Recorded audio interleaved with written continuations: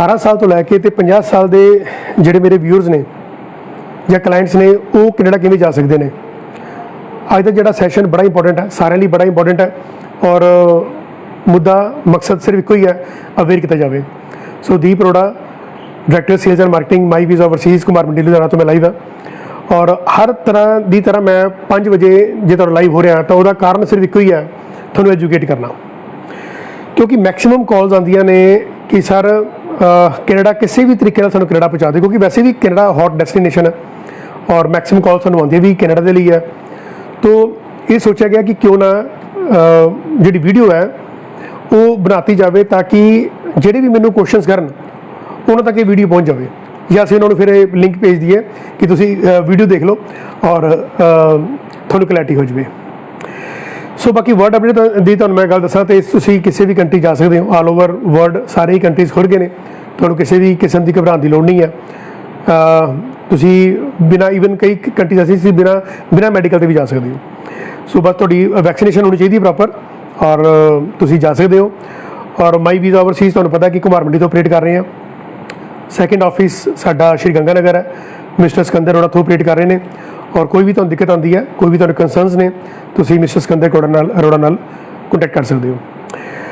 और बाकी रही गल, एक मैं तुहानूं गल करना चाहना कि सिंगापुर का जिहड़ा स्टडी वीज़ा है ना वो हुण ओपन हो गया होया और बहुत ही ज़्यादा क्वांटिटी दे विच सिंगापुर के जिहड़े स्टडी परमिट ने वो आ रहे हैं। सो मेरी गुजारिश यही होएगी कि जिन्होंने सिंगापुर जाना स्टडी दे लई वो सानूं कॉन्टैक्ट कर सकते हैं। खैर ये 1.5-2 मिनट के लिए मैं तुहानूं जस्ट एक बेस बनाया सी कि आप वर्ल्ड अपडेट बारे या कोई सिंगापुर का स्टडी वीज़ा बारे तुहानूं दस्सिया जाए। मेन मकसद जिहड़ा अगले 14 मिनट का ही होएगा कि 18 साल तो लैके 50 साल या 52 साल के लोग ने वो किवें कनेडा जाते। देखो कनेडा ने ना एक बहुत वधिया स्कीम लैके आंदी है, वो स्कीम ये है कि 12 लाख लोगों को उन्होंने 3 सालों के इमीग्रेट करना है। हुण 12 लाखां दे विच तुसीं भी हो सकते हो, क्योंकि बहुत वड्डी गल नहीं है। तुहाडे विच स्किल्स ने, तुसी कैनेडा की ड्रीम लै रहे हो तो why not to go to Canada on easy basis, तुहानूं लाख रुपए देने की लोड़ नहीं है।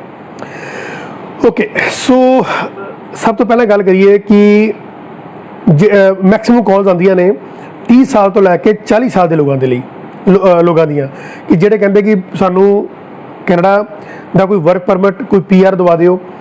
मैक्सीमम कॉल्स 30 तो 40 साल दियां, क्योंकि इन्हां विच जिहड़े क्लाइंट्स ने वो स्टडी वीज़ा की जिहड़ी लिमिट तो वो क्रॉस कर चुके होंदे ने। बहुत घੱਟ जिहड़े लोग ने वो 30 साल तो उपर स्टडी वीज़ा लई जांदे ने ते मैक्सीमम उन्हां दी सोच यही हुंदी कि सानूं PR ते या वर्क परमिट ते भेजो। हुण असीं वर्क परमिट करते नहीं और PR दी जिहड़ी फाइल्स ने वो भी असीं सिर्फ गाइड करते हैं और HV ग्लोबल इमीग्रेशन लिमिटेड जो साडा कैलगरी ऑफिस है उत्थों ही असीं फाइलिंग कराने हैं PR दी जिहड़े केसिस ने। सो हुण मुद्दा ये आंदा कि एक परसन जिहदी एज 18 साल तो लैके 50 साल दे विच हो चुकी है वो किवें बाहर जावे, उहदे कोल की तरीके ने। तो तकरीबन 10-12 तरीके मेरे माइंड च ने जिहड़े कि मैं तुहाडे नाल शेयर करांगा। तो वीडियो नाल बने रहियो। अगले 13-14 मिनट के मैं मेरी कोशिश ये होगी कि तुहानूं सारे जिहड़े तुहाडे माइंड के जे तुहाडे क्वेश्चनस ने ਉਹਦਾ ਤਾਂ ਤੁਹਾਨੂੰ ਸੋਲੂਸ਼ਨ ਮਿਲ ਜਾਵੇ। देखो पहला तो पॉइंट यही है कि आप स्टडी वीज़ा 'ਤੇ जा सकते हैं। ਜਿਹੜੇ 18 साल तो लैके 23-24-25 साल की एज तक ने वो वैरी ईजिली कैनेडा मूव कर सकते हैं on the basis of study. ਹੁਣ स्टडी ਦੇ ਵਿੱਚ ਮੈਂ ਇਹਨੂੰ ਐਕਸਪਲੇਨ ਨਹੀਂ ਕਰਨਾ ਚਾਹੁੰਦਾ, क्योंकि SGS है, नॉन SGS है, PTE ਨਾਲ ਜਾ ਸਕਦੇ ਹੋ ਜਾਂ ਤੁਸੀਂ TOEFL ਨਾਲ ਜਾ ਸਕਦੇ ਹੋ, ਉਹ ਇੱਕ ਅਲੱਗ ਕੈਟਾਗਰੀ ਹੈ। स्टडी वीज़ा क्योंकि तकरीबन 8-10 लाख फीस है, 6.5 लाख तुसीं GST नाल लग जाना होंदा है, ਲੱਖ डेढ़ टिकट होगी, 50,000 रुपये तुहाडा ऑफर लैटर और मैडिकल और एक कंसलटेंट के सर्विस चार्जिज है, एम्बेसी फीस होगी। टोटल 17.5-18 लाख के तुसीं कैनेडा बीइंग ए स्टूडेंट उत्थे पहुँच जाते हो। तो उत्थे जिहड़ी CEC कैटागरी है, कैनेडियन एक्सपीरियंस क्लास है, तो वो जाके अगों PR लै सकते हो। खैर पहली पॉइंट तो होगी कि जे 18 तो लैके 25 साल तक जिहड़े मेरे व्यूअर्स ने, क्लाइंट्स ने, वो स्टडी वीज़ा जा सकते हैं। हुण गल आ गई कि जिहड़े 25 साल तो उपर हो गए या 27 साल 30 साल के हो गए, हुण जदों वो फोन करते हैं तो उन्हां लई एक तरीका है विजिटर वीज़ा का। हुण विजिटर वीज़ा भी इन्ना आसान नहीं मिलता, वो भी तुहाडी प्रोफाइल के बेस पर मिलता है, पर तरीका है कैनेडा जाण दा कि तुसीं जे स्टडी वीज़ा तो नहीं जाना चाहते तो तुसीं विजिटर वीज़ा जा सकते हो। हुण विजिटर वीज़ा के अगों 3 पार्ट अगों आते हैं कि जो तुहानूं विजिटर वीज़ा मिल जाता। देखो विजिटर वीज़ा तुहानूं मिलता कैनेडा का ह्यूमैनिटेरियन ग्राउंड पर, एक मानवता के आधार पर। तुहाडी उम्र कितनी है, तुसीं कमाने की हो, ਤੁਹਾਡਾ ਪ੍ਰੋਫਾਈਲ ਕੀ ਹੈ ਉਹਦੇ ਬੇਸਿਸ ਤੇ ਕੈਨੇਡਾ ਤੁਹਾਨੂੰ ਵੀਜ਼ਾ ਦਿੰਦਾ। 20 ਸਾਲ ਦੀ ਉਮਰ ਦੇ ਵਿੱਚ ਵੀ ਤੁਹਾਨੂੰ ਵਿਜ਼ਟਰ ਵੀਜ਼ਾ ਮਿਲ ਜਾਂਦਾ ਤੇ 50 ਸਾਲ ਦੀ ਉਮਰ ਵਿੱਚ ਵੀ ਨਹੀਂ ਮਿਲਦਾ। ਤਾਂ ਇਹ ਤੁਹਾਨੂੰ ਸੋਚਣਾ ਪੈਣਾ, ਸਮਝਣਾ ਪੈਣਾ ਕਿ ਤੁਹਾਡੀ ਪ੍ਰੋਫਾਈਲ ਕੀ, ਤੁਸੀਂ ਕਮਾਉਂਦੇ ਕੀ ਹੋ, ਤੁਹਾਡੀ ਸੋਰਸ ਆਫ ਇਨਕਮ ਕੀ ਹੈ, ਤੁਹਾਡਾ ਪਰਪਸ ਕੀ ਜਾਣਦਾ। ਤਾਂ ਜੇ ਤੁਸੀਂ ਵਿਜ਼ਟਰ ਵੀਜ਼ਾ ਜਾਂਦੇ ਹੋ ਤੁਸੀਂ ਉੱਥੇ ਵੈਰੀ ਈਜ਼ੀਲੀ ਤੁਸੀਂ ਉਹਨੂੰ ਵਰਕ ਪਰਮਿਟ 'ਚ ਕਨਵਰਟ ਕਰਾ ਸਕਦੇ ਹੋ। LMIA ਲੈ ਕੇ, ਜਿਹਨੂੰ ਆਪਾਂ ਲੇਬਰ ਮਾਰਕੀਟ ਇੰਪੈਕਟ ਅਸੈਸਮੈਂਟ ਕਹਿੰਦੇ ਆ, ਵਿਚ is issued by ESDC department, ਜਿਹਨੂੰ ਆਪਾਂ employment social development of Canada ਕਹਿੰਦੇ ਆ, ਉਹ ਤੁਹਾਨੂੰ ਇਸ਼ੂ ਕਰਕੇ ਦਿੰਦੀ ਹੈ। ਤਾਂ ਤੁਸੀਂ ਆਪਣੇ ਵਿਜ਼ਟਰ ਵੀਜ਼ਾ ਨੂੰ, ਜਿਹੜਾ ਕਿ ਤਕਰੀਬਨ ਤੁਹਾਨੂੰ 10 ਸਾਲ ਤੱਕ ਦਾ ਮਿਲ ਜਾਂਦਾ ਹੈ, ਪਰ ਡਿਪੈਂਡ ਕਰਦਾ ਤੁਹਾਡੀ ਪਾਸਪੋਰਟ ਦੀ ਵੈਲਿਡਿਟੀ ਤੇ, ਕਿ ਜੇ ਤੁਹਾਡੀ ਪਾਸਪੋਰਟ ਦੀ ਵੈਲਿਡਿਟੀ 4 ਸਾਲ ਦੀ, ਤੁਹਾਨੂੰ 4 ਸਾਲ ਦਾ ਮਿਲੇਗਾ, 2 ਸਾਲ ਦਾ ਵੀ ਹੋ ਸਕਦਾ। ਜੇ ਤੁਹਾਡੀ ਪਾਸਪੋਰਟ ਦੀ ਵੈਲਿਡਿਟੀ 9 ਸਾਲ ਹੈ ਤਾਂ ਤੁਹਾਨੂੰ 9 ਸਾਲ ਦਾ ਵੀ ਜਿਹੜਾ ਹੈ ਉਹ ਵਿਜ਼ਟਰ ਵੀਜ਼ਾ ਮਿਲ ਜਾਂਦਾ ਹੈ। ਸਾਡੇ ਕੁਝ ਜਿਹੜੇ ਕਲਾਇੰਟਸ ਨੇ ਜਿਨ੍ਹਾਂ ਦੀ ਉਮਰ ਈਵਨ 18 ਸਾਲ ਸੀ, ਅਸੀਂ ਉਹਨਾਂ ਨੂੰ ਵੀ ਵਿਜ਼ਟਰ ਵੀਜ਼ਾ ਲੈ ਕੀਤਾ। ਇੱਕ ਕਲਾਇੰਟ ਸਾਡੇ ਸੀ ਜਿਨ੍ਹਾਂ ਦੀ ਏਜ 32 ਸੀ, ਅਨਮੈਰਿਡ ਸੀ, ਲੜਕੀ ਆ, ਤਾਂ ਉਹਨਾਂ ਨੂੰ ਵੀ ਅਸੀਂ ਜਿਹੜਾ ਵਿਜ਼ਟਰ ਵੀਜ਼ਾ ਲੈ ਕੀਤਾ। ਹਾਂ, ਉਹ ਹੁਣ ਕੋ ਵਰਕ ਪਰਮਿਟ 'ਚ ਕਨਵਰਟ ਕਰਾ ਸਕਦੇ ਜਾ ਕੇ, ਜਾਂ ਉੱਥੋਂ ਉਹਨਾਂ ਨੂੰ PR ਵੀ ਮਿਲ ਸਕਦੀ ਹੈ। ਸੋ ਸੈਕਿੰਡ ਪੁਆਇੰਟ ਤਾਂ ਹੋ ਗਿਆ ਕਿ ਤੁਸੀਂ ਵਿਜ਼ਟਰ ਵੀਜ਼ਾ ਤੋਂ ਆਪਣੇ ਆਪ ਨੂੰ ਵਰਕ ਪਰਮਿਟ 'ਚ ਕਨਵਰਟ ਕਰ ਸਕਦੇ ਹੋ। ਜੇ ਤੁਸੀਂ 2 ਸਾਲ ਲਗਾਤਾਰ ਉੱਥੇ ਕੰਮ ਕਰਦੇ ਹੋ, ਟੈਕਸ ਡਿਟੇਲ ਦਿੰਦੇ ਹੋ, ਤੁਹਾਡਾ ਸੋਸ਼ਲ ਇੰਸ਼ੋਰੈਂਸ ਨੰਬਰ ਆ ਜਾਂਦਾ, ਤਾਂ ਤੁਸੀਂ ਉੱਥੇ CEC ਕੈਟਾਗਰੀ ਦੇ ਵਿੱਚ ਜਿਹੜੀ ਕੈਨੇਡੀਅਨ ਐਕਸਪੀਰੀਅੰਸ ਕਲਾਸ ਹੈ, ਤੁਸੀਂ ਉੱਥੇ PR ਦੇ ਲਈ ਵੀ ਅਪਲਾਈ ਕਰ ਸਕਦੇ ਹੋ। ਤਾਂ ਇਹ ਹੋ ਗਈ ਸੈਕਿੰਡ ਪੁਆਇੰਟ। ਹੁਣ ਤੀਜਾ ਜਿਹੜਾ ਪੁਆਇੰਟ ਹੈ, ਐਗਜ਼ੈਕਟ ਇੱਥੋਂ PR ਲੈ ਕੇ ਜਾਣਾ। ਇੱਥੋਂ PR ਲੈ ਕੇ ਜਾਣਾ ਬਹੁਤ ਔਖਾ, ਕਿਉਂਕਿ ਜਿਹੜੀ ਮੈਂ ਤੁਹਾਨੂੰ ਪਹਿਲਾਂ ਕਿਹਾ ਕਿ ਜਿਹੜੀ ਕਾਲਸ ਆਉਂਦੀਆਂ ਨੇ 30 ਸਾਲ ਤੋਂ ਲੈ ਕੇ 40 ਸਾਲ ਦੀ ਉਮਰ ਤੱਕ, ਉਹ PR ਦੇ ਲਈ ਆਉਂਦੇ ਨੇ ਕਿ ਇੱਥੋਂ ਦੀ PR ਮਿਲ ਜਾਵੇ। ਹੁਣ ਜਦੋਂ ਜੇ ਆਪਾਂ ਗੱਲ ਕਰੀਏ ਐਕਸਪ੍ਰੈਸ ਐਂਟਰੀ ਦੀ, ਹੁਣ ਜ਼ਿਆਦਾ ਲੋਕਾਂ ਨੂੰ ਨਹੀਂ ਪਤਾ ਹੁੰਦਾ ਕਿ ਐਕਸਪ੍ਰੈਸ ਐਂਟਰੀ ਦੇ ਕੀ ਰੂਲਸ ਨੇ। ਮੋਟੀ ਗੱਲ ਸਮਝੀਏ ਤਾਂ 30 ਸਾਲ ਤੋਂ ਜੇ ਤੁਹਾਡੀ ਘੱਟ ਉਮਰ ਦਾ 777 ਨਾਲ ਤੁਹਾਡਾ ਗੁਜ਼ਾਰਾ ਹੋ ਸਕਦਾ ਆਇਲਸ ਦੇ ਵਿੱਚ, 8 ਬੈਂਡ ਇਨ ਲਿਸਨਿੰਗ, ਬਾਕੀ 777 ਇਨ ਰੀਡਿੰਗ, ਰਾਈਟਿੰਗ ਐਂਡ ਸਪੀਕਿੰਗ ਹੋ ਜਾਣ ਤਾਂ ਤੁਹਾਨੂੰ PR ਦੇ ਮਿਲ ਜਾਂਦੀ, ਤੁਹਾਨੂੰ ITA ਜਿਹਨੂੰ ਇਨਵੀਟੇਸ਼ਨ ਟੂ ਅਪਲਾਈ ਕਹਿੰਦੇ ਆ ਉਹ ਮਿਲ ਜਾਂਦੀ ਆ। ਪਰ ਜਦੋਂ ਤੁਹਾਡੀ ਏਜ 30, 31, 32 ਸਾਲ ਤੋਂ ਅੱਗੇ ਲੰਘ ਜਾਂਦੀ ਹੈ, ਫਿਰ ਆਪਾਂ ਨੂੰ 8 ਈਚ ਚਾਹੀਦੇ ਹੁੰਦੇ ਨੇ, 88 ਲਿਸਨਿੰਗ, ਰੀਡਿੰਗ, ਰਾਈਟਿੰਗ, ਸਪੀਕਿੰਗ ਦੇ ਵਿੱਚੋਂ 8 ਬੈਂਡ ਈਚ। ਤਾਂ ਬਹੁਤ ਮੁਸ਼ਕਿਲ ਹੈ, ਇੰਨੀ ਈਜ਼ੀ ਨਹੀਂ ਹੈ। ਈਵਨ ਜਿਹੜਾ ਅੱਜ ਦਾ ਟ੍ਰੇਨਰ ਵੀ ਹੈ, ਜਿਹੜਾ 5-7 ਸਾਲ ਤੋਂ ਟ੍ਰੇਨਿੰਗ ਦੇ ਰਿਹਾ, ਬੱਚਿਆਂ ਨੂੰ ਪੜ੍ਹਾ ਰਿਹਾ, ਤਾਂ ਉਹਦੇ ਲਈ ਵੀ 8 ਬੈਂਡ ਈਚ ਲੈਣੇ ਬਹੁਤ ਮੁਸ਼ਕਿਲ ਹੁੰਦੇ ਨੇ।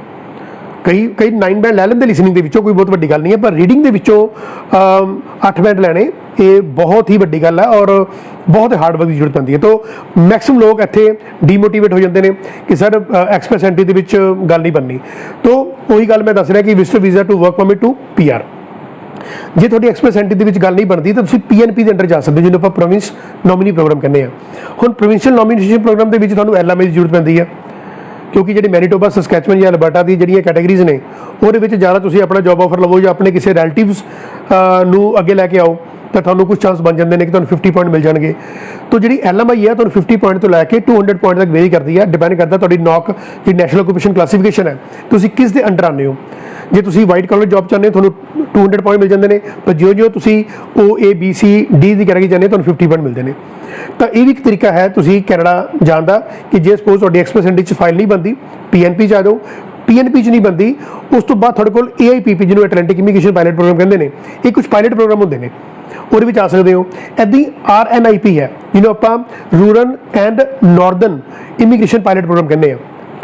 RNIP ਜਿਵੇਂ AIPP ਹੈ, ਇੱਦਾਂ ਹੀ rural and northern immigration pilot program ਹੈ। ਤਾਂ ਇਹਦੇ ਨਾਲ ਵੀ ਅੱਛਾ, ਇਹਦੇ ਵਿੱਚ ਕੁਝ ਜ਼ਿਆਦਾ ਬੈਂਡ ਦੀ ਜ਼ਰੂਰਤ ਨਹੀਂ ਪੈਂਦੀ। ਮੇਨ ਲੋਕ ਜਿਹੜੇ ਨੇ ਨਾ ਆਮ ਤੌਰ 'ਤੇ ਡਰਦੇ ਨੇ ਆਇਲਸ ਤੋਂ। ਯੂ ਕੈਨ ਇਮੈਜਿਨ ਕਿ 4 ਬੈਂਡ ਤੁਹਾਡੇ ਆ ਜਾਣ ਤੇ ਤੁਸੀਂ ਈਜ਼ੀਲੀ ਕੈਨੇਡਾ ਦੇ ਵਿੱਚ PR ਲੈ ਸਕਦੇ ਹੋ 4 ਬੈਂਡ ਨਾਲ ਵੀ। ਜੇ ਤੁਹਾਡਾ CLB 5 ਹੋ ਜਾਂਦਾ ਹੈ, ਜਿਹਨੂੰ ਆਪਾਂ ਕੈਨੇਡੀਅਨ ਲੈਵਲ ਬੈਂਚਮਾਰਕ ਕਹਿੰਦੇ ਆ, ਤਾਂ ਉਹਦੇ ਵਿੱਚ ਤੁਹਾਡੇ 4 ਵੀ ਆ ਜਾਣ ਤਾਂ ਤੁਸੀਂ ਕੈਨੇਡਾ ਦੇ ਵਿੱਚ PR ਲੈ ਸਕਦੇ ਹੋ। ਬਟ ਜਾਓਗੇ ਤੁਸੀਂ ਪਾਇਲਟ ਪ੍ਰੋਗਰਾਮ ਦੇ ਅੰਡਰ, ਜਾਂ AIPP ਹੋਏਗਾ ਜਾਂ ਉਹ RNIP ਹੋਏਗਾ। ਉਹ ਤੁਹਾਨੂੰ ਮਿਲੇਗੀ ਜਿਹੜੇ ਐਟਲਾਂਟਿਕ ਇਮੀਗ੍ਰੇਸ਼ਨ ਪਾਇਲਟ ਪ੍ਰੋਗਰਾਮ ਦੇ ਅੰਡਰ, ਜਿਵੇਂ ਨੋਵਾ ਸਕੋਸ਼ੀਆ ਹੈ ਜਾਂ ਪ੍ਰਿੰਸ ਐਡਵਰਡ ਆਈਲੈਂਡ ਹੈ ਜਾਂ ਲੈਬਰਾਡੋਰ ਹੈ, ਗ੍ਰੀਨਲੈਂਡ ਦਾ ਏਰੀਆ ਹੋ ਗਿਆ ਜਾਂ ਨਿਊ ਬਰੰਸਵਿਕ ਹੋ ਗਿਆ, ਇਹਨਾਂ ਏਰੀਆ ਦੇ ਵਿੱਚ ਤੁਹਾਨੂੰ PR ਮਿਲ ਜਾਂਦੀ। ਖੈਰ 2 ਸਾਲ ਤੁਸੀਂ ਰਹਿੰਦੇ ਹੋ, ਤੁਸੀਂ ਇੱਕ ਅਰੇਂਜਡ ਇੰਵਾਇਰਮੈਂਟ ਲੈ ਲੈਂਦੇ ਹੋ ਡੈਜ਼ਿਗਨੇਟਿਡ ਇੰਪਲਾਇਰ ਤੋਂ, ਤਾਂ ਤੁਸੀਂ ਇੱਥੇ ਵੀ PR ਲੈ ਸਕਦੇ ਹੋ। ਸੋ ਇੱਕ ਤਰੀਕਾ ਹੈ। ਨੈਕਸਟ ਜਿਹੜਾ ਬਹੁਤ ਵਧੀਆ ਤਰੀਕਾ ਹੈ ਉਹ ਹੈ ਜਿਹੜੇ ਕਹਿੰਦੇ ਕਿ ਅਸੀਂ ਬਿਲਕੁਲ ਅਨਪੜ੍ਹਾਂ ਕਿੱਦਾਂ ਕਰੀਏ, ਤਾਂ ਉਹ ਫਾਰਮਿੰਗ ਵੀਜ਼ਾ 'ਤੇ ਵੀ ਜਾ ਸਕਦੇ। ਜਿਨ੍ਹਾਂ ਕੋਲ ਕੁਛ ਕਿੱਲੇ ਜ਼ਮੀਨ ਹੈ, 5-7 ਕਿੱਲੇ ਜ਼ਮੀਨ ਹੈ, ਔਰ ਵਾਕਈ ਜੈਨੂਅਨਲੀ ਉਹ ਆਪਣੀ ਫਾਰਮਿੰਗ ਕਰਦੇ ਨੇ ਪ੍ਰੋਪਰ ਢੰਗ ਦੇ ਨਾਲ, ਉਹਨਾਂ ਨੂੰ ਨੌਲੇਜ ਹੈ, ਉਹਨਾਂ ਨੂੰ ਹਾੜੀ ਸੌਣੀ ਦੇ ਜਿਹੜੇ ਫਸਲ ਬੀਜਦੇ ਨੇ ਉਹਨਾਂ ਬਾਰੇ ਨੌਲੇਜ ਹੈ, ਤਾਂ ਉਹ ਵੀ ਫਾਰਮਿੰਗ ਦੇ ਬੇਸਿਸ 'ਤੇ ਵੀ ਕੈਨੇਡਾ ਈਜ਼ੀਲੀ ਮਾਈਗ੍ਰੇਟ ਹੋ ਸਕਦੇ ਨੇ। ਨਾਲ ਜੇ ਸਪੋਜ਼ ਉਹਨਾਂ ਨੇ ਉੱਥੇ ਜਾ ਕੇ ਇਨਵੈਸਟਮੈਂਟ ਵੀ ਕਰਨੀ ਹੈ ਤਾਂ ਫਾਰਮਿੰਗ ਬੇਸ ਤੇ ਇਨਵੈਸਟਮੈਂਟ ਵੀ ਕੀਤੀ ਜਾ ਸਕਦੀ ਹੈ। ਤੁਸੀਂ ਉੱਥੇ ਬਿਜ਼ਨਸ ਵੀਜ਼ਾ ਤੇ ਵੀ ਜਾ ਸਕਦੇ ਹੋ। ਤਾਂ ਇਹ ਵੀ ਇੱਕ ਕੈਟਾਗਰੀ ਤੁਹਾਡੇ ਲਈ ਹੈ ਜਿਹਦੇ ਵਿੱਚ ਤੁਸੀਂ ਕੈਨੇਡਾ ਸੈੱਟ ਹੋ ਸਕਦੇ ਹੋ।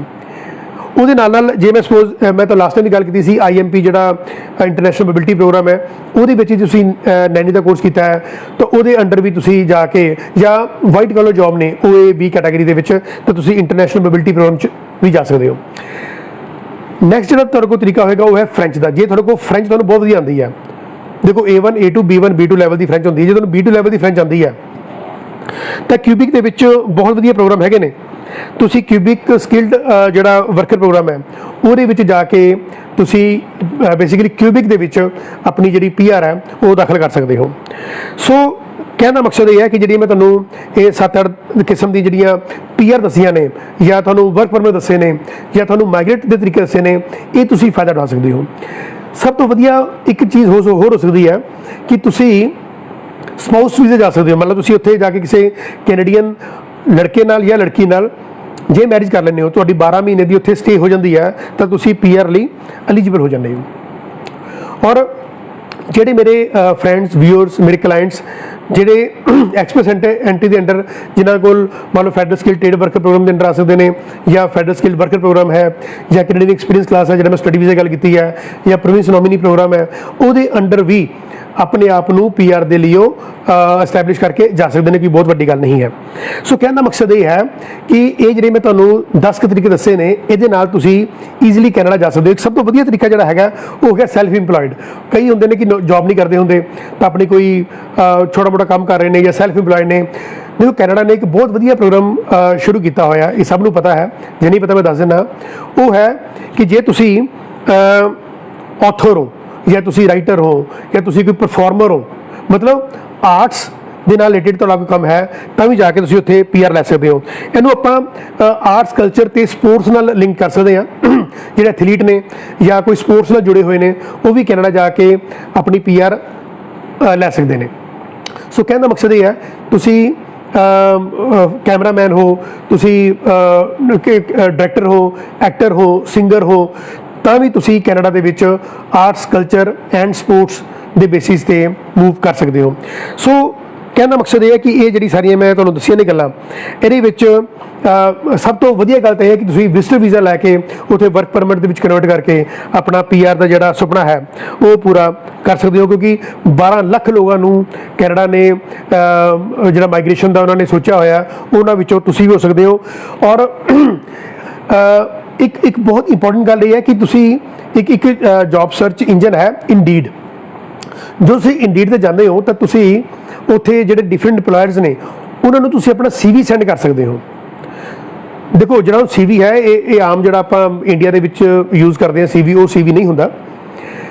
ਜਿਹੜੀ ਕੈਰੀਕੂਲਮ ਵਾਈਟੇ ਹੈ, ਜਿਹੜਾ ਤੁਹਾਡਾ ਰਿਜ਼ਿਊਮ ਹੈ, ਜਿਹੜਾ ਤੁਸੀਂ ਜੋ ਆਪਣੀ ਜ਼ਿੰਦਗੀ ਦੇ ਵਿੱਚ ਪਿਛਲੇ 5-7 ਸਾਲ 10 ਸਾਲ ਜੋ ਕੰਮ ਕੀਤਾ ਹੈ ਉਹ ਤੁਸੀਂ ਕੈਨੇਡੀਅਨ ਫਾਰਮੈਟ ਦੇ ਵਿੱਚ ਲਿਖਣਾ ਹੁੰਦਾ ਹੈ। ਉਹਨੂੰ ਤੁਸੀਂ 2 ਲੈਂਗੁਏਜਸ ਦੇ ਵਿੱਚ ਕਰ ਸਕਦੇ ਹੋ। ਇੱਕ ਤਾਂ ਤੁਸੀਂ ਇੰਗਲਿਸ਼ ਦੇ ਵਿੱਚ ਉਹਨੂੰ CV ਬਣਾ ਸਕਦੇ ਹੋ, ਇੱਕ ਫ੍ਰੈਂਚ ਦੇ ਵਿੱਚ CV ਬਣਾ ਸਕਦੇ ਹੋ। ਕਿਉਂਕਿ ਜਿਹੜੀਆਂ ਕਿਊਬੈਕ ਦੇ ਵਿੱਚ ਆਪਾਂ ਗੱਲ ਕਰੀਏ ਤਾਂ ਮੈਕਸਿਮਮ ਜਿਹੜੀਆਂ ਕੰਪਨੀਜ਼ ਨੇ ਉਹ ਫ੍ਰੈਂਚ ਲੈਂਗੁਏਜ ਨੂੰ ਡੀਲ ਕਰਦੀਆਂ ਨੇ। ਤੁਹਾਨੂੰ ਫ੍ਰੈਂਚ ਆਉਂਦੀ ਹੈ ਨਾ ਵੀ ਆਉਂਦੀ ਹੋਵੇ, ਤੁਸੀਂ ਫ੍ਰੈਂਚ ਦੇ ਵਿੱਚ ਆਪਣਾ ਜਿਹੜਾ CV ਹੈ ਉਹ ਬਣਾਓ। CV ਆਮ ਜਿਹੜਾ 50, 100, 200 ਰੁਪਏ ਦਾ ਨਾ ਬਣਾਓ। ਇਹਦੇ ਕੁਛ ਜਿਹੜੇ ਪ੍ਰੋਫੈਸ਼ਨਲ ਲੋਕ ਨੇ ਜਿਹੜੇ ਕਿ CV ਬਣਾਉਂਦੇ ਨੇ, ਉਹਦੀ ਜੇ ਸਪੋਜ਼ ਤੁਹਾਡੇ ਤੋਂ $100 ਜਾਂ $200 ਤੱਕ ਵੀ ਤੁਹਾਡੇ ਤੋਂ ਚਾਰਜ ਕਰਦੇ ਤੁਹਾਨੂੰ ਦੇ ਦੇਣੇ ਚਾਹੀਦੇ ਨੇ।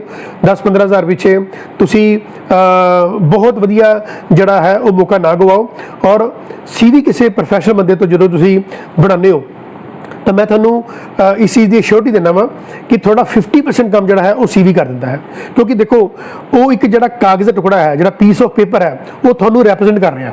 ਉਹ ਤੁਹਾਡੀ ਕੁਆਲੀਫਿਕੇਸ਼ਨ ਨੂੰ, ਤੁਹਾਡੇ ਐਕਸਪੀਰੀਅੰਸ ਨੂੰ, ਤੁਹਾਡੀਆਂ ਸਕਿੱਲਸ ਨੂੰ ਉਹ ਰੈਪਰੈਜ਼ੈਂਟ ਕਰਦਾ ਹੈ। ਤਾਂ ਜਿੰਨੇ ਵਧੀਆ ਤਰੀਕੇ ਦੇ ਨਾਲ ਤੁਹਾਡਾ ਉਹ CV ਹੋਏਗਾ ਉਨੇ ਹੀ ਈਜ਼ੀ ਤਰੀਕੇ ਦੇ ਨਾਲ ਤੁਸੀਂ ਉੱਥੇ you could be chosen by the employers। ਸੋ ਤੁਸੀਂ ਇਹ ਜਿਹੜੀ ਚੀਜ਼ਾਂ ਤੁਹਾਨੂੰ ਦੱਸੀਆਂ ਮੈਂ, ਇਹ ਹਮੇਸ਼ਾ ਆਪਣੇ ਦਿਮਾਗ 'ਚ ਰੱਖੋ ਕਿ ਤੁਸੀਂ ਸਟੱਡੀ ਵੀਜ਼ਾ ਜਾਣਾ ਚਾਹੁੰਦੇ ਹੋ, ਤੁਸੀਂ ਵਿਜ਼ਟਰ ਵੀਜ਼ਾ ਤੇ ਜਾਣਾ ਚਾਹੁੰਦੇ ਹੋ, ਉੱਥੇ ਵਰਕ ਪਰਮਿਟ ਦੇ ਵਿੱਚ ਕਨਵਰਟ ਹੋ ਸਕਦੇ ਹੋ, PR 'ਚ ਕਨਵਰਟ ਹੋ ਸਕਦੇ ਹੋ, ਡਾਇਰੈਕਟ ਤੁਸੀਂ PR ਇੱਥੋਂ ਦੀ ਜਾ ਸਕਦੇ ਹੋ, ਉਹ 'ਚ ਐਕਸਪ੍ਰੈਸ ਐਂਟਰੀ ਹੈ, PNP ਹੈ, ਰਾਈਟ। ਸੋ ਦੇਰ ਆਰ ਸੋ ਮੈਨੀ ਵੇਜ਼। ਫਿਰ ਮੈਂ ਦੱਸਿਆ ਤੁਹਾਨੂੰ ਕਿ ਇੰਟਰਨੈਸ਼ਨਲ ਮੋਬਿਲਿਟੀ ਪ੍ਰੋਗਰਾਮ ਹੈ, ਉਹਦੇ ਅੰਡਰ ਜਾ ਸਕਦੇ ਹੋ। ਫਿਰ ਕਿਊਬਿਕ ਦਾ ਸਕਿੱਲ ਦਾ ਪ੍ਰੋਗਰਾਮ ਹੈ, ਉਹਦੇ ਅੰਡਰ ਜਾ ਸਕਦੇ ਹੋ। ਫਿਰ ਤੁਹਾਡੇ ਕੋਲ ਸਭ ਤੋਂ ਵੱਡੀ ਗੱਲ ਹੈ ਕਿ AIPP ਹੈ ਔਰ RNAP ਹੈ। ਤੋ ਜਿਹੜੇ ਇਹ ਪ੍ਰੋਗਰਾਮਸ ਨੇ, ਇਹ ਸਾਰੇ ਦੇ ਅੰਡਰ ਤੁਸੀਂ ਕੈਨੇਡਾ ਦੇ ਵਿੱਚ ਮੂਵ ਕਰ ਸਕਦੇ ਹੋ। 18 ਸਾਲ ਤੋਂ ਲੈ ਕੇ 50 ਸਾਲ ਦੇ ਲੋਕ ਜਿਹੜੇ ਵੀ ਜਿਨ੍ਹਾਂ ਨੂੰ ਸਪੋਜ਼ ਇਹ ਵੀਡੀਓ ਸਮਝ ਆ ਰਹੀ ਹੈ ਤਾਂ ਉਹ ਠੀਕ ਹੈ। ਜੇ ਸਪੋਜ਼ ਕੋਈ ਹੋਰ ਡੀਪ ਮੇਰੇ ਨਾਲ ਗੱਲ ਕਰਨਾ ਚਾਹੁੰਦੇ ਨੇ ਕਿ ਮੇਰੇ ਨਾਲ ਸਿਟਿੰਗ ਕਰਨਾ ਚਾਹੁੰਦੇ ਨੇ, ਤਾਂ ਤੁਸੀਂ ਮੈਨੂੰ 10 ਤੋਂ 6 ਕੁਮਾਰ ਮੰਡੀ ਦੇ ਆਫਿਸ ਦੇ ਵਿੱਚ ਮਾਈ ਵੀਜ਼ਾ ਓਵਰਸੀਜ਼, ਜਿਹੜਾ ਕਿ ਸਾਡਾ ਪਰਲ ਪੈਲੇਸ ਕੁਮਾਰ ਮੰਡੀ ਲੁਧਿਆਣੇ 'ਚ ਆਫਿਸ ਹੈ, ਤੁਸੀਂ ਮੈਨੂੰ 10 ਤੋਂ 6 ਅਪਾਇੰਟਮੈਂਟ ਲੈ ਕੇ ਮਿਲ ਸਕਦੇ ਹੋ ਔਰ ਮੈਂ ਤੁਹਾਡੀਆਂ ਮੈਕਸਿਮਮ ਜਿਹੜੀ ਕੋਸ਼ਿਸ਼ਾਂ ਨੇ ਕੈਨੇਡਾ ਪਹੁੰਚਾਉਣ ਦੀਆਂ ਉਹ ਪੂਰੀਆਂ ਕਰ ਸਕਦਾ ਹਾਂ। ਸਾਡੀ ਟੀਮ ਬਹੁਤ ਐਕਸਪਰਟ ਟੀਮ ਹੈ, ਤੁਹਾਡੀ ਪੂਰੀ ਹੈਲਪ ਕਰੇਗੀ। ਔਰ ਪਰ ਇੱਕ ਗੁਜ਼ਾਰਿਸ਼ ਮੇਰੀ ਇਹੀ ਰਹੇਗੀ ਕਿ ਅਸੀਂ ਵਰਕ ਪਰਮਿਟ ਡੀਲ ਨਹੀਂ ਕਰਦੇ। ਸਾਡੇ ਕੋਲ ਇਸ ਲਈ ਨਾ ਆਈਓ ਕਿ ਸਰ ਸਾਨੂੰ ਵਰਕ ਪਰਮਿਟ ਦੇ ਲਈ ਸਾਡੀ ਹੈਲਪ ਕਰੋ, ਕੋਈ ਸਾਡੇ ਵੱਲੋਂ ਹੈਲਪ ਨਹੀਂ ਹੋਣੀ। ਤੁਹਾਨੂੰ ਐਜੂਕੇਟ ਕਰ ਦਿਆਂਗੇ, ਤੁਹਾਨੂੰ ਅਸੀਂ ਅਵੇਅਰ ਕਰ ਦਾਂਗੇ ਕਿ ਵੀ ਇਹ ਤੁਹਾਡੇ ਨਾਲ ਫਰਾਡ ਹੋ ਸਕਦੇ ਨੇ, ਤੁਸੀਂ ਇਹਨਾਂ ਤੋਂ ਬਚੋ। ਇਹ ਐਜੂਕੇਸ਼ਨ ਹੈ, ਇਹ ਲਵੋ ਔਰ ਤੁਸੀਂ ਕੈਨੇਡਾ ਵਿੱਚ ਆਪਣਾ ਜਿਹੜੀ ਰੈਜ਼ੀਡੈਂਸੀ ਹੈ ਉਹ ਲੈ ਸਕਦੇ ਹੋ। ਸੋ ਨੈਕਸਟ ਟਾਈਮ ਜਦੋਂ ਮੈਂ 6th of May ਨੂੰ ਤੁਹਾਡੇ ਨਾਲ ਜੁੜਾਂਗਾ ਤੇ ਇੱਕ ਬਹੁਤ ਵਧੀਆ ਟੌਪਿਕ 'ਤੇ ਆਪਾਂ ਡਿਸਕਸ ਕਰਾਂਗੇ। ਉਹ ਟੌਪਿਕ ਇਹ ਹੋਏਗਾ ਕਿ ਜਿਹੜੇ ਸਟੂਡੈਂਟ ਕੈਨੇਡਾ ਪੜ੍ਹਦੇ ਨੇ ਉਹ ਆਸਟ੍ਰੇਲੀਆ ਦੇ ਵਿੱਚ ਵਿਜ਼ਟਰ ਵੀਜ਼ਾ 'ਤੇ ਜਾਣਾ ਚਾਹੁੰਦੇ ਨੇ, ਘੁੰਮਣ ਫਿਰਨ ਜਾਣਾ ਚਾਹੁੰਦੇ ਨੇ, ਜਾਂ ਆਸਟ੍ਰੇਲੀਆ ਪੜ੍ਹਦੇ ਨੇ ਔਰ ਕੈਨੇਡਾ ਦੇ ਵਿੱਚ ਵਿਜ਼ਟਰ ਵੀਜ਼ਾ ਜਾਣਾ ਚਾਹੁੰਦੇ ਨੇ, ਜਾਂ ਯੂਰਪ ਦੇ ਕਿਸੇ ਕੰਟਰੀ ਦੇ ਵਿੱਚ ਸਟੱਡੀ ਕਰ ਰਹੇ ਨੇ ਔਰ ਕੈਨੇਡਾ ਜਾਂ ਆਸਟ੍ਰੇਲੀਆ ਜਾਣਾ ਚਾਹੁੰਦੇ ਨੇ, ਜਾਂ ਨਿਊਜ਼ੀਲੈਂਡ ਜਾਣਾ ਚਾਹੁੰਦੇ ਨੇ, ਜਾਂ ਸਿੰਗਾਪੁਰ ਦੇ ਵਿੱਚ ਕੰਮ ਕਰ ਰਹੇ ਨੇ ਉਹ, ਤੇ ਉਹ ਕੈਨੇਡਾ, ਆਸਟ੍ਰੇਲੀਆ, ਨਿਊਜ਼ੀਲੈਂਡ ਜਾਣਾ ਚਾਹੁੰਦੇ ਨੇ, ਜਾਂ ਦੁਬਈ ਦੇ ਵਿੱਚੋਂ ਵਰਕ ਪਰਮਿਟ 'ਤੇ ਕੰਮ ਕਰ ਰਹੇ ਨੇ ਤੇ ਉਹ ਕੈਨੇਡਾ, ਆਸਟ੍ਰੇਲੀਆ, ਨਿਊਜ਼ੀਲੈਂਡ, US ਜਾਣਾ ਚਾਹੁੰਦੇ ਨੇ, ਤਾਂ ਉਹਨਾਂ ਲਈ ਮੈਂ 5 o'clock ਫਰਾਈਡੇ 6 ਮਈ ਨੂੰ ਤੁਹਾਡੇ ਨਾਲ ਦੁਬਾਰਾ ਰੂਬਰੂ ਹੋਵਾਂਗਾ। ਔਰ ਮੈਨੂੰ ਦਿਓ ਇਜਾਜ਼ਤ, ਤੁਸੀਂ ਮੇਰੇ ਨਾਲ ਲਾਈਵ ਹੁੰਦੇ ਹੋ। ਤੁਹਾਡਾ ਬਹੁਤ ਬਹੁਤ ਧੰਨਵਾਦ, ਤੁਸੀਂ ਇੰਨਾ ਪਿਆਰ ਕਰਦੇ ਹੋ, ਤੁਹਾਡਾ ਬਹੁਤ ਬਹੁਤ ਧੰਨਵਾਦ। So nice of you for being with me as a live. Thank you so much.